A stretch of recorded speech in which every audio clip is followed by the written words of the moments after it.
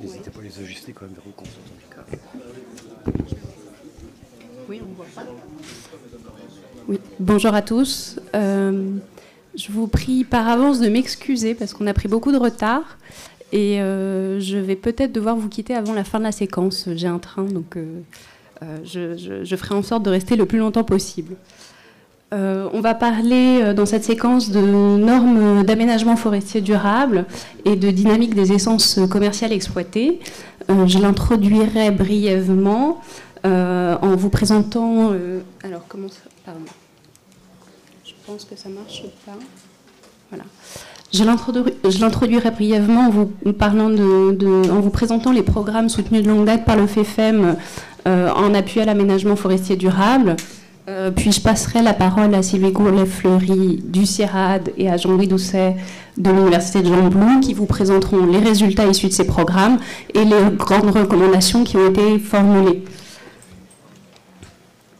Donc, ces programmes s'intéressent au renforcement de la durabilité de l'aménagement forestier. Je ne vous ferai pas l'affront, puis je vais essayer d'être succincte. Donc, je ne vous ferai pas l'affront de rappeler les grands principes de la gestion forestière durable, mais c'est l'idée, l'outil plan d'aménagement forestier se situe au cœur de ces grands principes et a été adopté dans les législations nationales comme permettant d'assurer le meilleur équilibre entre les trois grands piliers de la gestion forestière durable.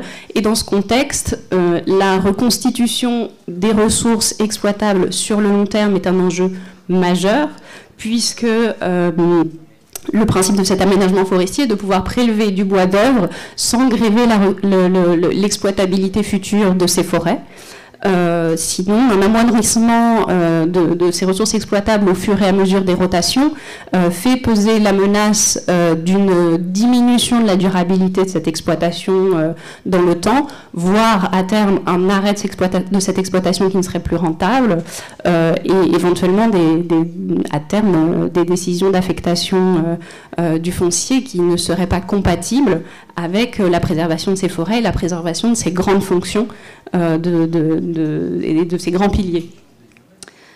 Et donc pour garantir cette durabilité de l'aménagement forestier et la reconstitution de ces ressources sur le long terme, un constat partagé entre de nombreux acteurs il y a un certain temps déjà était de mieux connaître le fonctionnement écologique de ces forêts et le fonctionnement de ces dynamiques des forêts pour tout simplement produire des recommandations en matière de durabilité de cette exploitation. Donc est né le programme d'INAFOR qui a été suivi donc, de P3FAC, qui sont en réalité deux projets qui se sont succédés, qui visent à améliorer les connaissances sur les dynamiques des forêts d'Afrique centrale et à étudier l'impact de l'aménagement sur ces dynamiques. Au-delà d'une ambition scientifique, ces programmes aussi ont une ambition opérationnelle très pratique de fournir des recommandations, de traduire ces résultats scientifiques en des recommandations concrètes pour les opérateurs forestiers, pour les décideurs politiques, en aide à la décision en matière de politique de gestion forestière durable. Donc ces projets impliquent 5 pays qui sont le Cameroun, le Gabon, la République centrafricaine, la République du Congo et la République démocratique du Congo. Et l'implication de ces 5 pays permet de couvrir l'essentiel des forêts denses humides de la région. Donc ces projets sont menés au travers d'un partenariat public-privé qui est le collectif d'INAFAC. Ils sont menés sous l'égide de la Comifac et impliquent évidemment les administrations nationales qui orientent ces programmes et bénéficient des résultats.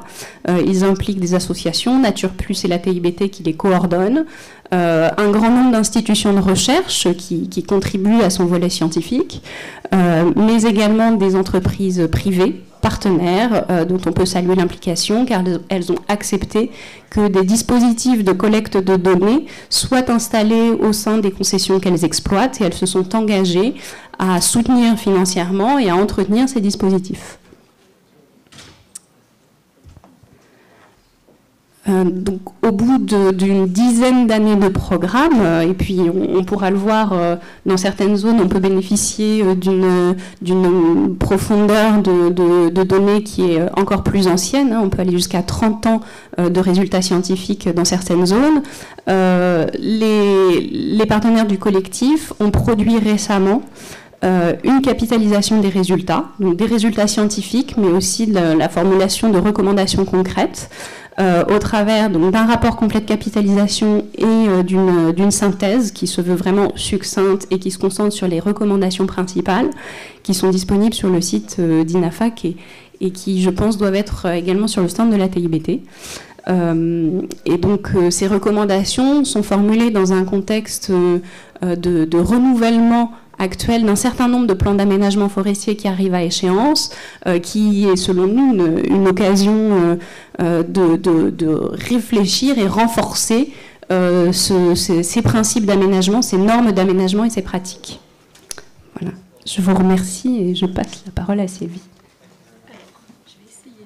Alors attends, tu me dis que mais ça marchait pas. Est-ce que ça marche? Ça marche. Vous m'entendez? Bon, moi je crois que je suis décalée parce que ça va me poser plus de problèmes. Voilà, donc bonjour à tous. Je vais enchaîner sur ce qui vient d'être présenté. Bon, je vais essayer de simplifier au maximum pour ne pas passer trop de temps.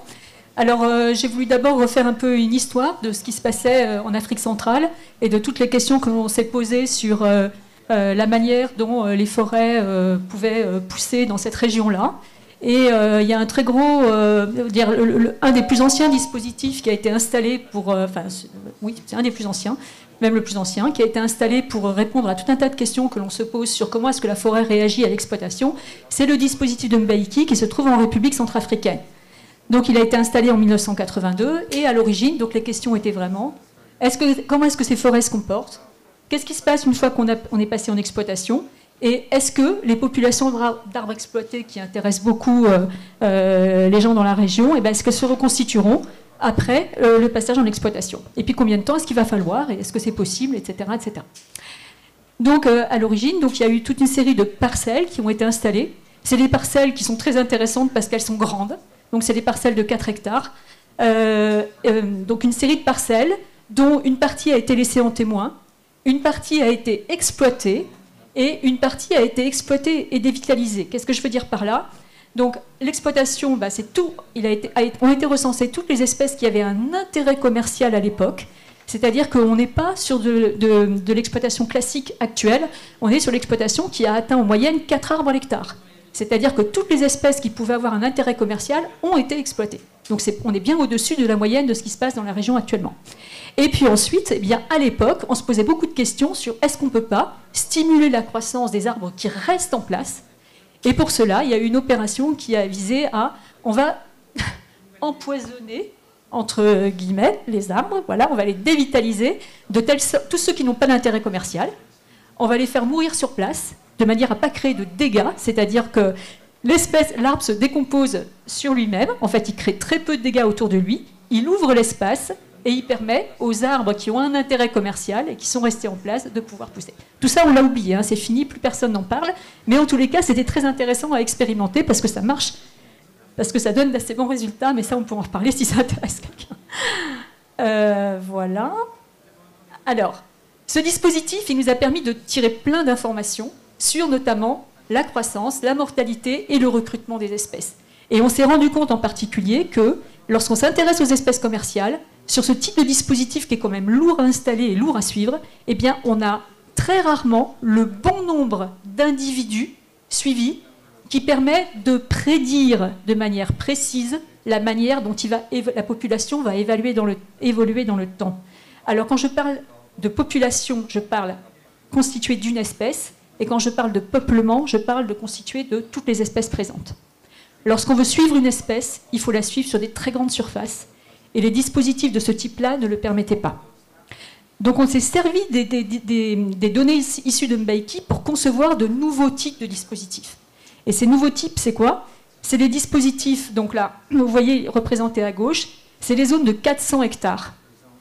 Pourquoi 400 hectares? Parce qu'on a évalué que beaucoup d'espèces, notamment commerciales, on peut trouver un effectif suffisant à suivre dans le temps sur 400 hectares. Voilà.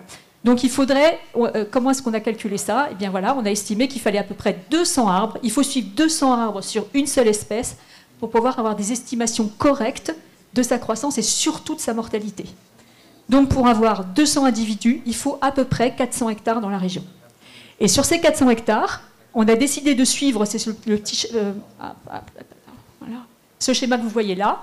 Eh bien, on suit sur ces 400 hectares toutes les espèces commerciales qui sont intéressantes pour la compagnie avec laquelle on travaille.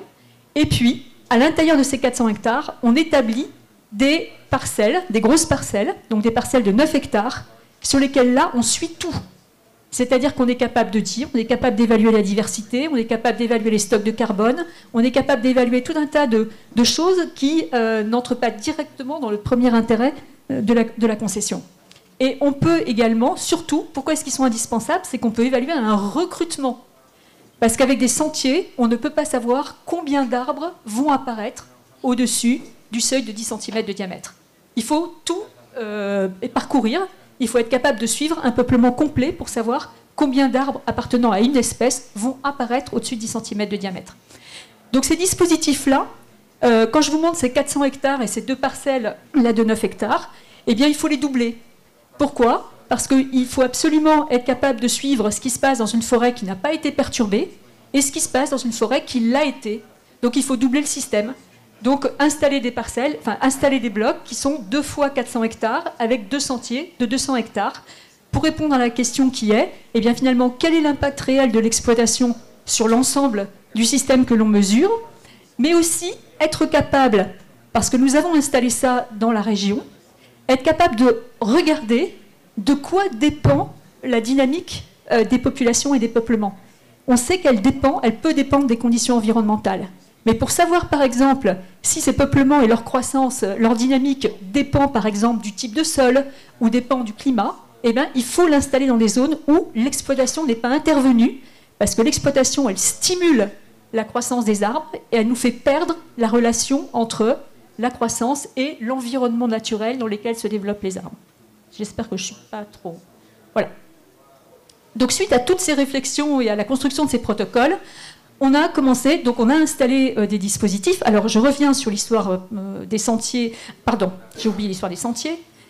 Donc, les dispositifs que je vais appeler complets ensuite, c'est des dispositifs qui allient et le suivi de parcelles et le suivi de sentiers, sachant que dans la région, il y avait déjà des sentiers, donc notamment suivis par l'Université de Gembloux et par Nature Plus. Il y avait déjà eu des sentiers installés, et quand on a commencé à collaborer, on s'est mis d'accord, et finalement les sentiers ont été ajustés pour faire en sorte que pour chaque espèce, on puisse avoir quelque chose qui se rapproche de 200 individus suivis.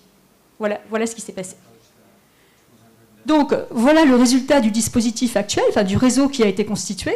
Donc, vous voyez en jaune, j'ai parlé du dispositif de Mbaïki, sachant que quelques années plus tard, dans le cadre d'un autre projet, un dispositif a été installé en RDC, qui est le dispositif de Yoko, donc au sud de Kisangani. Et dans le cadre des projets, il y avait quelques sentiers qui existaient également avant le démarrage de Dinafor Petrofac. Et puis, tout ce que vous voyez en vert, notamment les grosses étoiles, c'est des dispositifs complets comme ceux que je viens de vous montrer, qui ont été installés dans le cadre de ces projets. Et on les a installés, les différents endroits ont été choisis justement pour tenir compte du fait qu'on était dans des conditions environnementales différentes. On a essayé de figer la partie climatique, on a essayé de se mettre dans des zones où le climat n'était pas trop différent, mais par contre on s'est mis dans des zones où les substrats géologiques étaient complètement différents. On voulait voir si on pouvait voir un effet de ces substrats sur le comportement des peuplements. Voilà. Donc, sentier et dispositif complet. Donc, le cas de Palisco, donc, au Cameroun, où c'est un sentier qui a été installé donc, sur une surface qui est proche de 400 hectares, où donc là, les arbres sont choisis le long d'un cheminement. Et puis, le dispositif de Mokabi, au nord de la République du Congo, où vous voyez, on a installé donc ces 2 zones de 400 hectares, à l'intérieur desquelles des parcelles, et puis toute une série des sentiers qu'on a installés, donc ciblés sur des espèces commerciales qui ont été choisies par la compagnie forestière, donc Rougier en l'occurrence. Voilà. Alors, en même temps que ce travail était lancé, un autre travail, je ne vais pas beaucoup m'étendre dessus, a été lancé également, tirant parti de l'inventaire forestier, des inventaires forestiers pratiqués par les concessions forestières sur la région. Nous avons essayé de rassembler tout ce qu'il était possible d'avoir en termes d'inventaire forestier pour nous servir de ces inventaires, pour essayer de voir s'il était possible de construire une carte, notamment une carte floristique de l'ensemble de la région. Donc on a récupéré ces données qui viennent de 105 concessions forestières, donc qui représentent 185 000 parcelles, voilà, des parcelles de 0,5 hectares en général, donc 90 000 hectares qui ont été couverts. Et on a inventorié, donc on a récupéré l'inventaire de 6 millions d'arbres, appartenant à 193 espèces ou groupes d'espèces, et on s'est servi de ça pour faire une cartographie de la végétation sur l'ensemble de la région. Je ne vais pas entrer dans le détail, c'est-à-dire que si ça vous intéresse, on peut en rediscuter après. Je vais simplement vous dire le principe qui a été suivi. Nous avions des inventaires. Seulement, pour savoir comment transférer à l'ensemble de la région les données qui étaient tirées des inventaires, il fallait savoir de quoi dépend la composition floristique. Et donc, nous nous sommes appuyés sur des données climatiques, des données de type de sol et des indices de perturbation humaine pour construire un modèle qui nous a permis de représenter la composition floristique que l'on peut trouver dans l'ensemble de la région. Et on s'est intéressé à la fois à la composition floristique, donc ça veut dire que là, vous avez des régions, les couleurs traduisent l'évolution de la composition floristique, et nous avons également travaillé sur ce qu'on appelle des traits fonctionnels, des caractéristiques fonctionnelles des espèces, qui sont la densité du bois, la déciduité de l'espèce, et puis le diamètre maximum qu'elle peut atteindre. Et nous avons regardé comment, grâce aux inventaires forestiers, nous avons regardé comment ces traits étaient distribués dans la région. Et ce qui est particulièrement intéressant de voir, c'est que là où vous avez des compositions floristiques qui peuvent être très différentes, alors là où il y avait des compositions floristiques qui peuvent être très semblables, eh bien vous pouvez avoir des compositions en termes de traits qui sont complètement différents. Par exemple, les grès de Carnot dans le nord du Congo et le sud de la République centrafricaine portent une forêt dont la composition floristique est assez proche des forêts autour, mais dont les caractéristiques, notamment en termes de densité de bois, sont complètement différentes. Il y a une adaptation, l'ensemble de la population, du peuplement, est conditionné par les conditions environnementales qu'il rencontre. Et si vous regardez par contre ici la différence qu'il peut y avoir entre les forêts du Gabon et toutes les forêts de République démocratique du Congo, vous voyez que du point de vue de certains traits, ce sont des zones qui se ressemblent beaucoup. Ça, je préfère, on peut y revenir si ça vous intéresse. Nous nous sommes servis de toutes ces caractéristiques pour construire une carte des types forestiers de la région. Donc il y a 10 grands types forestiers qui sont listés sur la droite, et nous avons regardé, donc finalement après coup, où étaient disposés tous les dispositifs du réseau d'INAFAC. Et donc ce qu'on a vu, c'est que nos dispositifs complets, ils sont répartis sur... donc il y a 5 dispositifs complets qui sont répartis sur 5 groupes types forestiers différents. Et puis si on compte également tous les sentiers, on couvre 7 types forestiers différents. Alors c'est à la fois intéressant, et c'est aussi, ça pose des tas de questions, parce que ça veut dire qu'un seul dispositif va être utilisé pour tous les gens qui sont intéressés par ce qui sort comme information sur le comportement des peuplements. Eh bien, un seul dispositif pour chacun des types forestiers, c'est extrêmement faible. Alors maintenant, je vais me concentrer sur sur les résultats principaux. Je vais sélectionner sur les dispositifs complets qui contiennent des parcelles. J'en suis à combien là? Il me reste 5 minutes. Bon. Alors, donc, nous sommes intéressés à la composition floristique des dispositifs où nous avions beaucoup d'informations sur les parcelles. Et nous avons pu les classer. Alors, je ne vais pas vous faire le détail, je ne sais pas si vous avez fait ou si vous savez ce que c'est que des analyses multivariées. On regarde, on compare énormément de variables, énormément d'espèces, on essaie de les répartir sur des plans pour regarder comment est-ce qu'elles se ressemblent, si elles se ressemblent. Et ce que l'on voit sur cette carte, donc vous voyez qu'il y a chacun des dispositifs, c'est le dispositif du Gabon, donc en haut à gauche, le dispositif de Bambidier. De Mokabi, c'est le dispositif du Nord Congo, complètement au nord sur les grès de Carnot. Lundungu, c'est un dispositif qui est situé une centaine de kilomètres plus au sud, sur des substrats géologiques qui ne sont pas les mêmes. vous avez ce fameux dispositif de Mbaiki historique qui est là, qui ressemble beaucoup à celui de Lundungu, et vous avez le dispositif de Yoko qui est en République démocratique du Congo. Et ce que vous voyez, c'est que, eh bien, il y a, alors en particulier, il y a les dispositifs qui sont franchement différents. Donc celui de Mokabi et de Yoko, c'est vraiment des compositions floristiques qui ne se ressemblent pas du tout.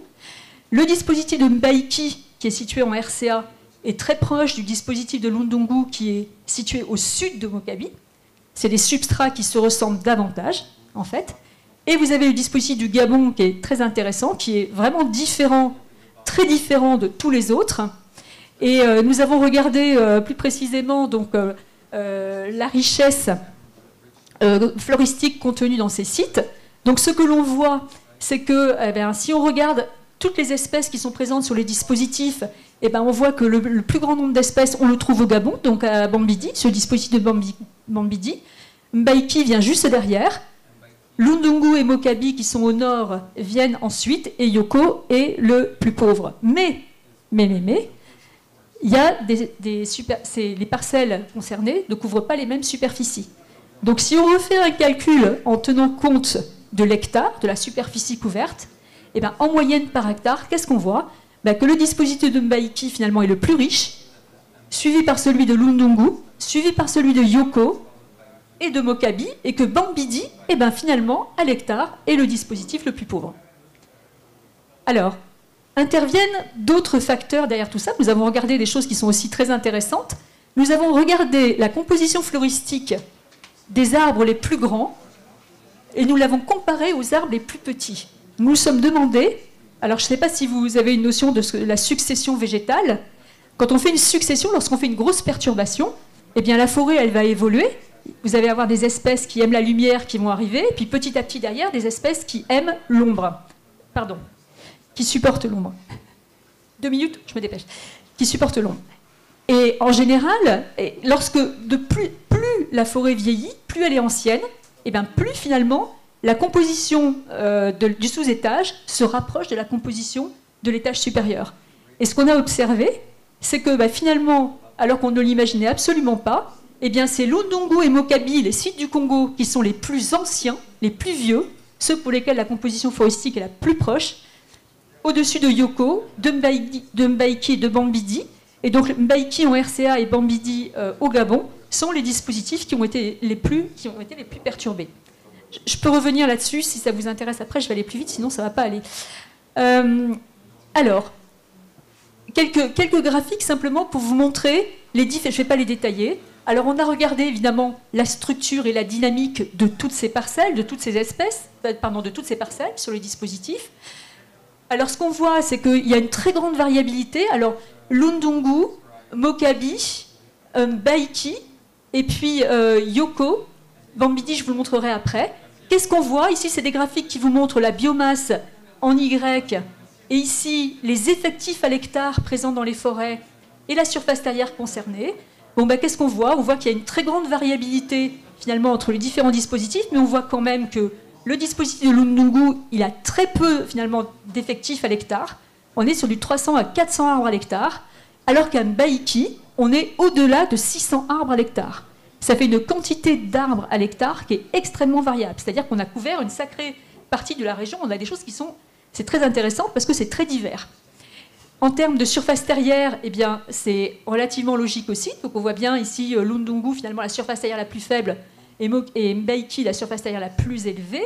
Et si on rajoute, on rajoute le site de Bambidi, qui est le dernier qui a été installé donc, au Gabon, on voit qu'on est dans une zone où on a finalement des effectifs, on va dire, relativement moyens petits, avec par contre une biomasse à l'hectare qui est vraiment très basse.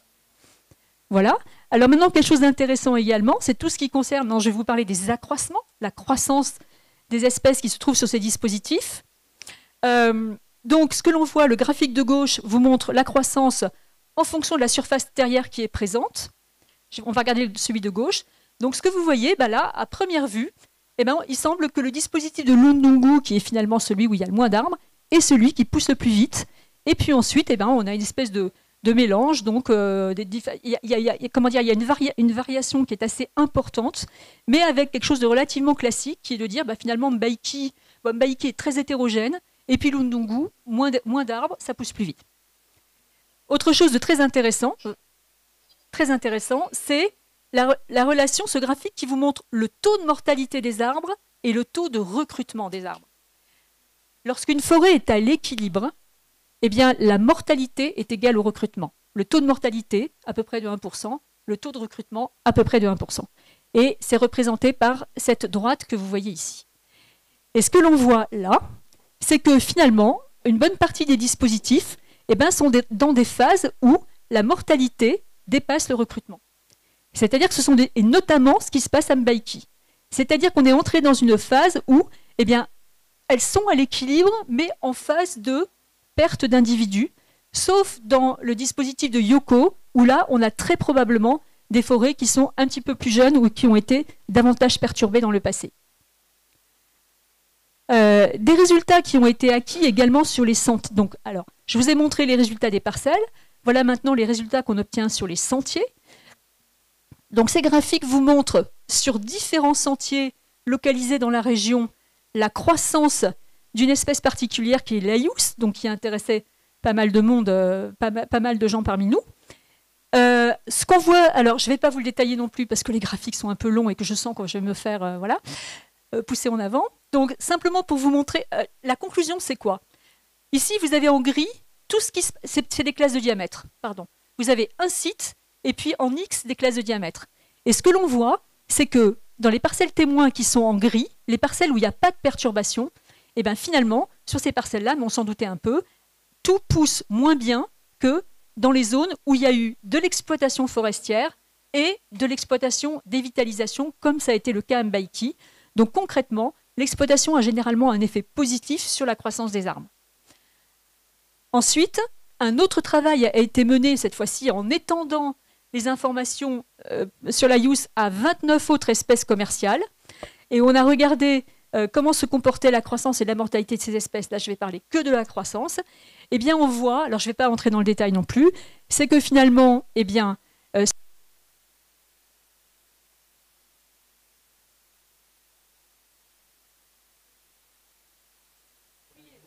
me reste plus qu'une diapo.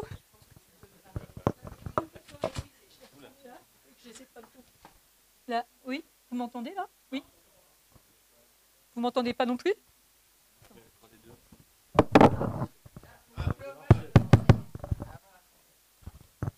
Voilà. Bon, donc simplement, les conclusions qu'on peut tirer de ça, je ne vais pas entrer dans le détail non plus, c'est quoi? C'est que sur les mêmes sites, les espèces se comportent de manière très différente. Donc, si on regarde un arbre, vous voyez les nuages de points, ça représente des arbres. Et ce qu'on voit, c'est que la croissance des arbres, elle est extrêmement variable. Je vais parler elle est extrêmement variable au sein d'une même espèce. Et elle varie également beaucoup d'une espèce à une autre espèce. Et on s'est intéressé davantage à quel est l'effet du site. Est-ce qu'on peut capter, grâce aux différents sites sur lesquels on travaille, quel est l'effet du site sur cette croissance? Et là, c'est la dernière diapo.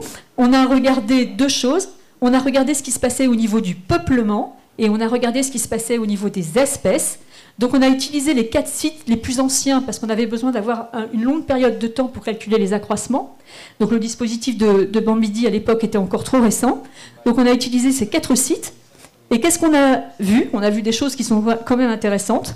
C'est qu'effectivement, il y a des sites sur lesquels la croissance est plus élevée, des sites sur lesquels la croissance est plus faible, la croissance globale du peuplement.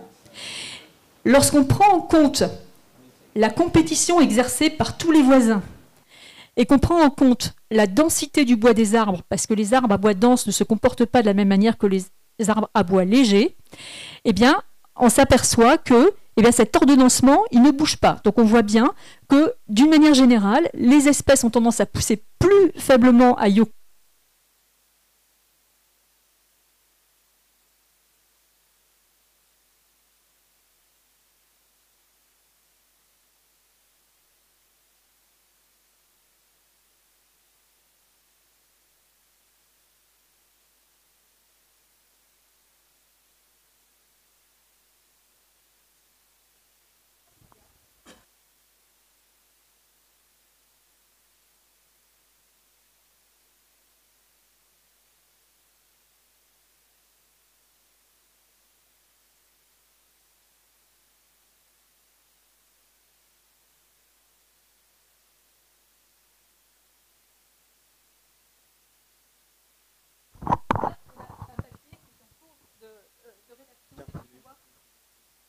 Merci. Pour pouvoir expliquer ça. Et le dernier résultat, c'est que lorsqu'on regarde au niveau des espèces, cette fois-ci, les populations et les espèces, eh bien on voit que l'effet site n'apparaît que dans 21% des espèces, j'ai fini. Et que cet effet site, donc, il n'est pas très fréquent, et que c'est impossible de classer les espèces en fonction des sites. Ça veut dire quoi? Ça veut dire qu'installer des sentiers de suivi dans les concessions forestières, il va falloir le faire, parce qu'on a énormément de mal à prévoir comment une espèce commerciale donnée va se comporter sur un site par rapport à un autre. Merci Sylvie. Donc je vais essayer de dresser quelques recommandations très rapidement. Donc 6 grandes recommandations pour le secteur privé. Ces recommandations sont issues de nombreuses études réalisées par des chercheurs du Sud et du Nord. Donc des études sur le comportement des arbres qui vont de la floraison, la fructification, la dispersion des graines, la régénération, la modélisation de l'évolution des populations. Toutes ces études sont disponibles sur le site dinafac.org. Elles sont également disponibles dans le rapport complet de capitalisation que vous pouvez télécharger de ce site. Première grande recommandation, il faudrait uniformiser les diamètres minimums d'exploitation. Vous pouvez le voir sur ce tableau, vous avez des grandes différences entre pays. Prenons le cas de l'Afromosia ou Assamela. Le diamètre minimum d'exploitation au Congo est de 60, il est de 90 au Cameroun. Comment choisir la valeur idéale? Pour le faire, nous avons mené des études extrêmement fines sur les flux de gènes au sein des populations d'arbres commerciaux. Le flux de gènes, c'est quoi? C'est l'aptitude de l'espèce à se reproduire, et cette aptitude va dépendre de 2 composantes. La première grande composante, c'est la pollinisation. La deuxième grande composante, c'est la dispersion des graines. Et on a simulé l'effet de l'exploitation sur ces flux de gènes. On a regardé si l'exploitation éloignait trop les arbres et si la distance était telle que les insectes ne pouvaient plus assurer la pollinisation. Si la dispersion des graines était toujours possible, voire favorisée par l'ouverture provoquée par la disparition d'un arbre. Si la distance de pollinisation devenait trop grande, est-ce que ça provoquait de l'autopollinisation? Et cette autopollinisation se traduisait-elle par de la consanguinité et donc une mortalité accrue des semis? Prends l'exemple du tali. Donc le tali, nous avons montré que la distance moyenne de dispersion du pollen était de 300 mètres et la distance moyenne de dispersion des graines de 175 mètres. On a également constaté qu'on avait 20% d'autofécondation et les graines issues d'autofécondation se traduisaient par une mortalité des plants. Les consanguins mouraient. Et donc c'est déjà une recommandation intéressante. Il ne faut jamais récolter des graines sur des arbres isolés pour certaines espèces lorsqu'on veut produire des plants pépinières parce que ce sont des plants qui ne sont pas viables. Alors les distances sont telles que finalement on peut se dire il y a très peu d'impact de l'exploitation forestière parce que les talis, même si je coupe des talis, ils ne vont pas être espacés de plus de 300 mètres. C'est vrai, mais pas totalement. Pourquoi? Parce qu'on constate que les arbres ne participent pas de la même façon au succès reproducteur. Sur ce graphique, vous avez les différentes classes de diamètre, toujours pour une population de talis. Vous avez le DME au Cameroun et vous avez le DMA, diamètre minimum d'exploitation, adapté dans le cadre de l'aménagement forestier, ici dans la société où on a travaillé, qui est de 80. En rouge, vous avez les femelles qui participent à la reproduction. En vert, vous avez les mâles. Et vous voyez que la majeure partie des mâles qui participent à la reproduction ont entre 70 et 90, et les femelles entre 90 et 110. Et donc, même si j'ai pris des mesures d'augmentation de mon DME, eh bien, j'élimine une partie des reproducteurs. On a effectué ce type d'études pour plein d'espèces, le sapédi, l'ayus, le moabi, l'ébène, le kosipo, le tiama, le movingi, et on a constaté que finalement, si on tient compte de la participation à la reproduction, il faudrait augmenter le DME de 20 cm par rapport au diamètre de fructification régulière. Et donc ça nous a permis de recommander des DME qui seraient harmonisés à l'échelle régionale. Ici, vous avez quelques exemples. Toutes ces espèces sont reprises dans notre rapport final d'INAFOR. Donc, première grande recommandation. Deuxième recommandation, on va peut-être entendre des cris dans la salle, il faudrait uniformiser les rotations à 30 ans. Les rotations sont très souvent trop courtes et on ne reconstitue pas suffisamment d'effectifs. Et donc finalement, qu'est-ce qui se passe au gré des rotations successives? Voici un exemple, et c'est un exemple extrêmement parlant, un exemple du Cameroun dans une concession forestière qui finalement a été abandonnée parce qu'elle a perdu sa valeur, une concession qui est exploitée pour principalement l'azobé. On voit qu'au gré des rotations, on avait prévu cette diminution d'azobé disponible, d'azobé exploitable. Et on voit que l'espèce finit par quasi disparaître si on suit exclusivement les normes légales à un diamètre minimum d'exploitation de 60 et quelle que soit l'intensité d'exploitation. Et donc, il faudrait dorénavant, en tout cas dans une révision des plans d'aménagement, essayer de garantir 100% de reconstitution du stock, toute espèce commerciale confondue. Donc, il est clair que par espèce individuellement, ça va être compliqué, mais en tout cas, pour toute espèce commerciale confondue, il faudrait arriver à 100% de reconstitution du stock. Pour certaines espèces, c'est compliqué, et donc il faut aussi promouvoir la diversification de l'exploitation forestière. C'est-à-dire remplacer des espèces qui ont des faibles taux de recrutement, de reconstitution ou de régénération, par des espèces qui ont une production plus soutenue.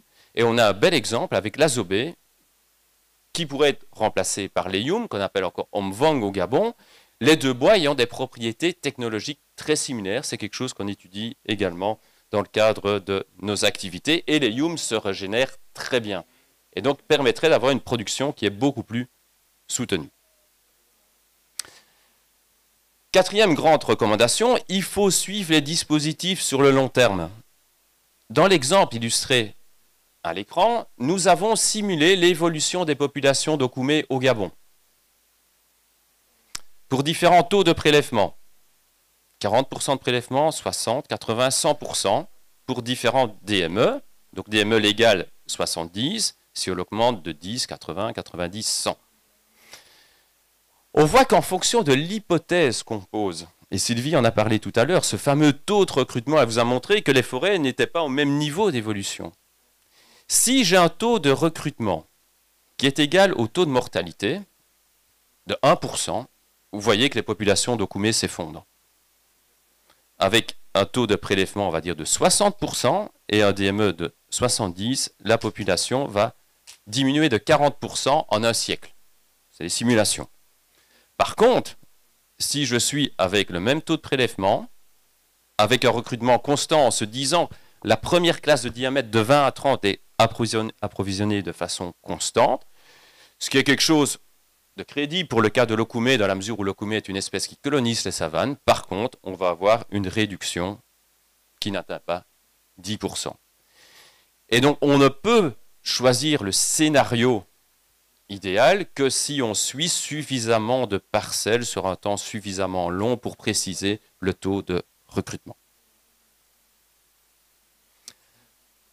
Recommandation triviale, mais très importante, lutter efficacement contre le braconnage.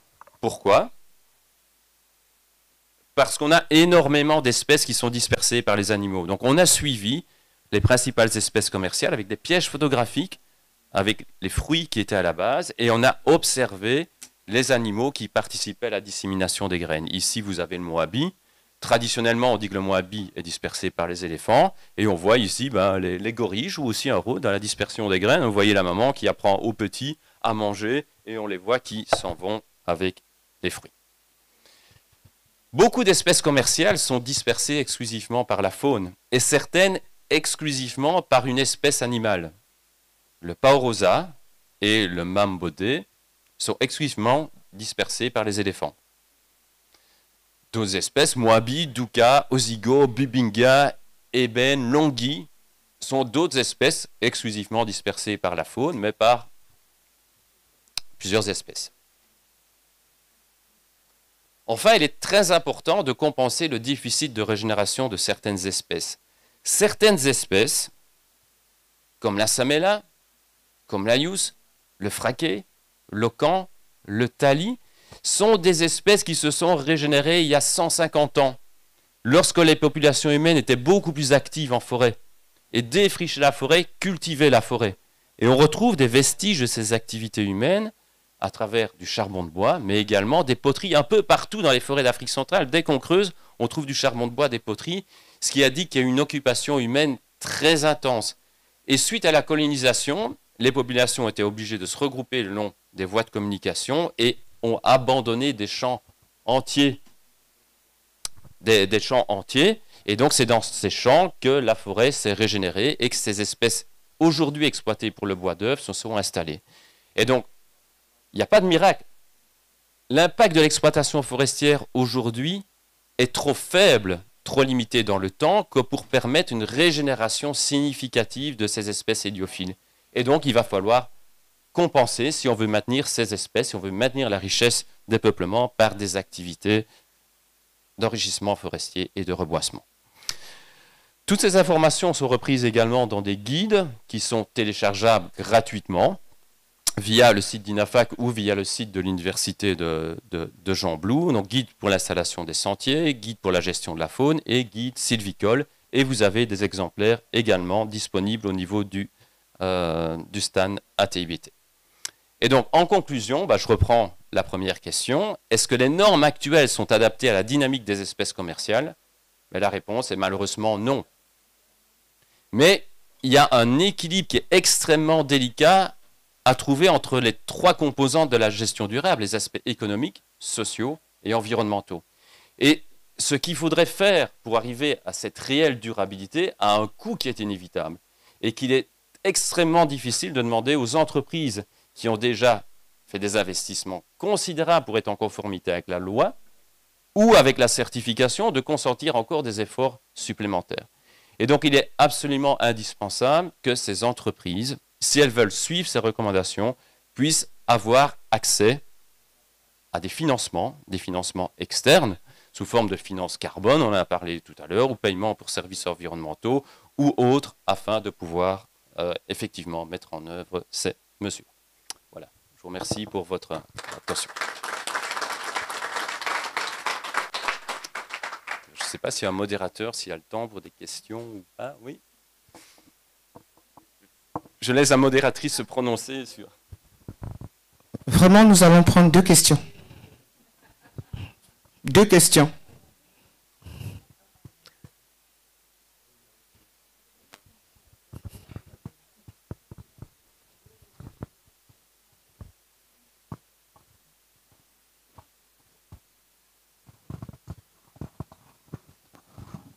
Oui, bonjour, c'est passionnant, surtout pour les forestiers. Est-ce que vous avez poussé les études sur la génétique, c'est-à-dire par exemple les aïus mulottés, les fraquets blancs ou bariolés, les sapellis avec épines ou sans épines, etc., etc. Parce que ça, pour le forestier, ça détermine le prix et bien entendu, si c'est du bois de chauffage ou du bois de tranche. Merci. Ouais, la question est super intéressante, c'est quelque chose effectivement qu'on voudrait encore creuser davantage, mais la plupart des défauts que vous mentionnez sont plutôt liés à l'environnement. Et donc, la composante génétique n'est a priori pas la principale. Ouais. Moi, je voudrais juste avoir une question dans les calculs de reconstitution. On voit chez nous, et je pense que c'est beaucoup de forestiers, qu'il y a en fait un taux de prélèvement au-dessus du DMA qui est très bas pour la plupart des essences. Et je pense que la plupart des études, ils supposent qu'on exploite 80%, 90% des arbres.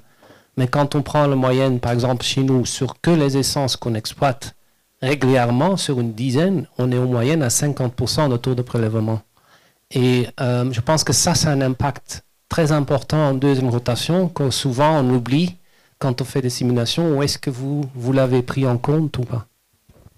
Oui, donc c'est quelque chose qu'on prend effectivement en compte. Hein. Là, on peut voir qu'on a différentes réductions de la population, donc au niveau de l'aire de distribution, pour différents niveaux de prélèvement. Donc en vert 40, jaune 60, 80 en brun et 100% en noir. Donc c'est quelque chose effectivement qui peut être pris en compte, et c'est quelque chose qui est aussi pris en compte dans le logiciel développé par le CIRAD, hein, qui permet effectivement d'inclure des taux de prélèvement pour estimer les taux de reconstitution.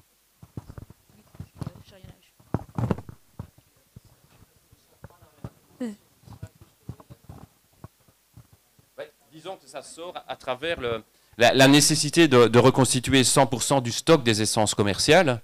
Mais donc, quand on calcule ce 100% de reconstitution idéale, il faut intégrer évidemment les taux de prélèvement. Ouais. Bien, une dernière. Oui, merci. Ça concerne la typologie des forêts. Au Congo, nous avions jusque-là utilisé Yangambi. Et là, je constate qu'il y a une nouvelle typologie que vous avez présentée. Est-ce que vous avez fait une comparaison entre Yangambi et la nouvelle typologie? Alors, la deuxième question, c'est l'uniformisation des DME. Là également, de l'expérience que nous avions envisagé même sortir des DME pour passer au DEMA. Alors, si on va vers une uniformisation des DME, alors, moi j'ai un plan d'aménagement et vous me limitez parce que en fonction des tiges d'avenir, en fonction des tiges exploitables, j'ai la possibilité d'agrandir même un diamètre d'exploitation, faisant en sorte que j'exploite des essences à des diamètres beaucoup plus élevés pour permettre aux jeunes tiges d'avenir d'accroître en nombre. Donc, ça me gêne un peu, cette recommandation d'uniformisation du DME. Merci. Je vais déjà répondre à la première question. Oui, la classification du Yangambi, elle est basée sur les structures de végétation, et elle vous distingue clairement les forêts denses tropicales humides, donc semi-décidues ou sempervirantes, de tout un tas d'autres types de végétation qui sont des savanes boisées, des savanes arborées, etc., etc. Là, vous êtes entièrement dans la classification on couvre les deux classes de Yangambi, c'est-à-dire les deux premières, c'est-à-dire forêt dense humide sempervirante et forêt dense humide semi-décidue. Les deux premières. Donc, qui sont caractérisées par des structures qui sont assez semblables, c'est-à-dire en gros les mêmes hauteurs maximales, donc un petit peu plus faibles sur les forêts sempervirantes, et puis un taux de couvert qui est identique. Donc nous, ce qu'on a fait, c'est qu'on a raffiné l'intérieur de ces deux groupes-là, on l'a transformé, on a pris en compte ce qui n'est pas pris en compte dans la classification du Yangambi, c'est-à-dire les compositions floristiques et fonctionnelles des peuplements. C'est-à-dire qu'on a regardé à quelle espèce on avait affaire, on a regardé à quel type d'espèce on avait affaire, et c'est comme ça qu'on a pu raffiner la classification. On peut dire que c'est un raffinement de la classification du Yangambi en prenant en compte la composition floristique et les caractéristiques des espèces. Voilà. Ensuite, DME, DMA, je ne sais pas, Jean-Louis. Oui, en fait, je pense que chaque entreprise doit être libre d'adapter le DMA qui lui convient le mieux. Maintenant, nous, ce qu'on trouve un peu aberrant, c'est d'avoir des DME qui diffèrent d'un pays à l'autre. Hein. J'ai pris le cas de la Samela, Fromosia, où c'est 60 au Congo et 90 au Cameroun.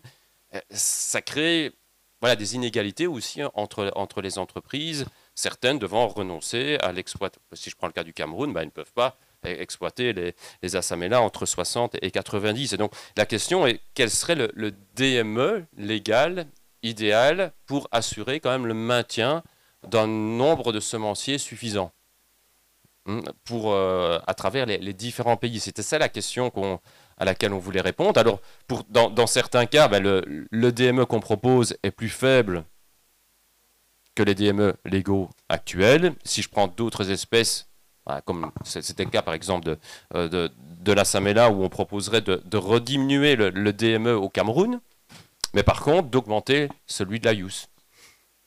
Voilà. Oui, je voudrais juste compléter quelque chose qui est vraiment important, notamment sur les histoires de ce qu'on trouve dans les petites classes de diamètre. Il faut faire attention que ce qu'on trouve dans les petites classes de diamètre, ça va vous permettre de savoir ce qui va se passer dans une rotation. Mais ce qui va se passer dans 2 rotations et ensuite, vous ne pouvez pas le maîtriser si vous ne maîtrisez pas ce qui se passe au niveau des semenciers. C'est bien ça qu'il faut voir. C'est que c'est pas la quantité de recrutés ou de petits qu'on peut avoir dans une concession forestière, c'est pas elle qui va vous donner l'avenir. Elle va vous donner un avenir à court terme. Je ne sais pas si c'est quelque chose que vous voulez ajouter à ça. Je voulais compléter avec le diamètre minimum qu'il faut pour la fructification. En fait, c'est ce qui détermine la richesse de la ressource. Mais si on laisse ouvert le choix des DMA, ça risque de créer des problèmes au niveau des pays.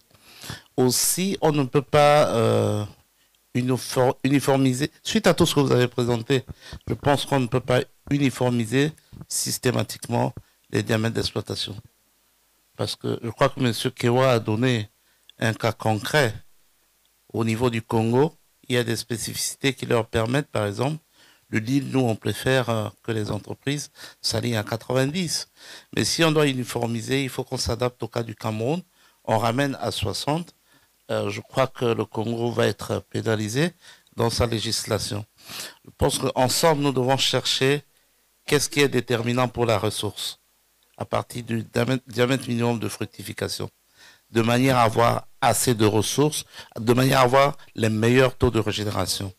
Donc je crois qu'il faut qu'on reste à ce niveau. Je le dis parce que j'ai déjà une demande de la République centrafricaine par rapport aux mesures qui sont en train d'être prises pour l'interdiction d'exportation de bois sous forme de grumes. J'ai un appel qui me dit nous, on aimerait continuer à travailler dans le système ancien et de travailler pour les diamètres entre 30 et 60. Entre 30 et 70, c'est plus efficace. Alors là, c'est la cata. Donc, nous, on doit très rapidement publier ce document-là que vous êtes en train de présenter, de manière à ce que les États fassent un peu attention pour ne pas dévier, se dévier un peu des bonnes règles de gestion qui sont issues des résultats de recherche. Donc, vraiment, nous vous supplions à avancer un peu rapidement pour nous aider à... Tout ça est déjà disponible, donc voilà.